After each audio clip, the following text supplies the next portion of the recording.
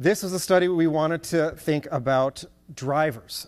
So can you predict if somebody's going to be a good driver or a bad driver based on how their face is moving? And so what you're seeing here, those yellow dots, you can actually get this now from the Kinect, although this algorithm doesn't require Kinect. It can use passive computer vision just from the camera.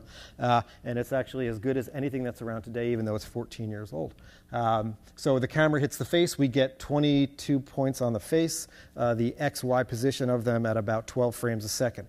And so what we did is we had drivers drive in a simulator. Okay, so here is one of our research assistants, Robbie Rattan. He's driving in the simulator. We've got cameras that are tracking his facial movements while he's driving, and we run hundreds and hundreds of drivers. This was a really intense, long study, hundreds of drivers. And in the driving simulators, people would have accidents. They would break laws. They would drift out of their lane. We could categorize all these events because the simulator told us when it happened.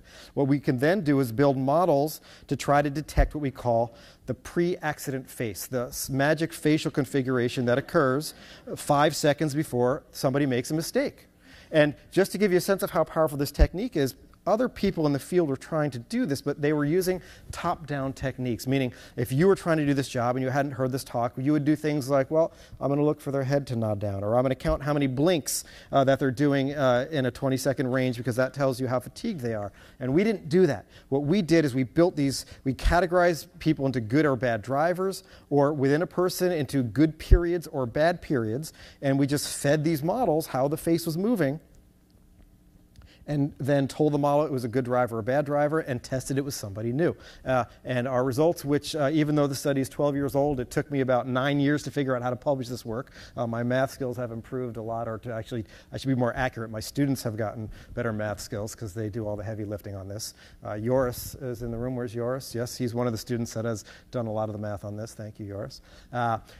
We can predict far above chance if you're going to have an accident based on how your face is moving.